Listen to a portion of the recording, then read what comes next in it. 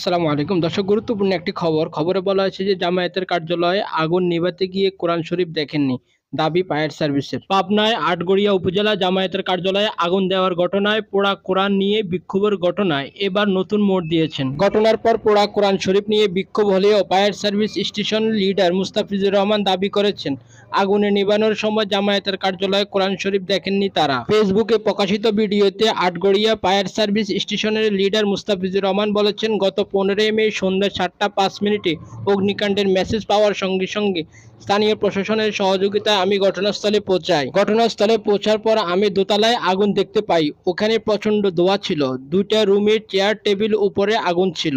ওইটা আমি অতি সত্বর নিভিয়ে চলে আসি। প্রায় 5 মিনিটের মতো আমরা এই কাজ করেছি। মুস্তাফিজুর রহমান বলেন, আমরা জীবনের ঝুঁকি নিয়ে এই কাজ করেছি। যেহেতু এই গন্ডগোলের আগুন ছিল, ওটা ছিল জামায়াতের পার্টি অফিস। আমরা আগুন নিভিয়ে অতি দ্রুত ঘটনাস্থল ত্যাগ করি। সেখানে কোরআন শরীফ, ওই রকম স্তূপ করা কোরআন শরীফ বা বই পুস্তক দেখিনি আমরা। যেহেতু আগুন নির্বাপন করার পরেই চলে আসি, তাই পরে আর আগুন লাগানোর কোনো মেসেজ আমরা পাইনি। পরদিন সকাল পর্যন্ত আমরা আর আগুনের কোনো মেসেজই পাইনি। এর আগে বৃহস্পতিবার সন্ধ্যায় পাবনায় আটগড়িয়া উপজেলায় একটি কলেজের অভিভাবক সদস্য পদে মনোনয়ন ফরম তোলা নিয়ে বিএনপি ও জামায়াতের নেতাকর্মীদের মধ্যে দফায় দফায় সংঘর্ষের ঘটনা ঘটে। পরদিন শুক্রবার আটগড়িয়া দেবর উত্তর উপজেলা জামায়াতের কার্যালয়ের সামনে জড়ো হয়ে জামায়াতের নেতাকর্মীরা পোড়া কোরআন শরীফ নিয়ে বিক্ষোভ করেন।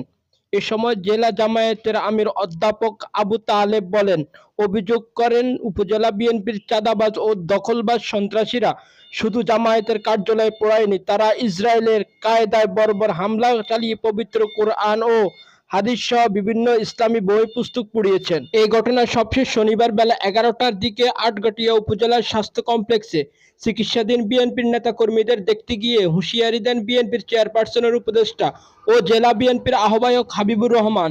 তিনি বলেন, পাবনায় আটগড়িয়ায় কোনো মসজিদে জামায়াতের কোনো ইমাম ও মুয়াজ্জিন নামাজ পড়াতে পারবেন না।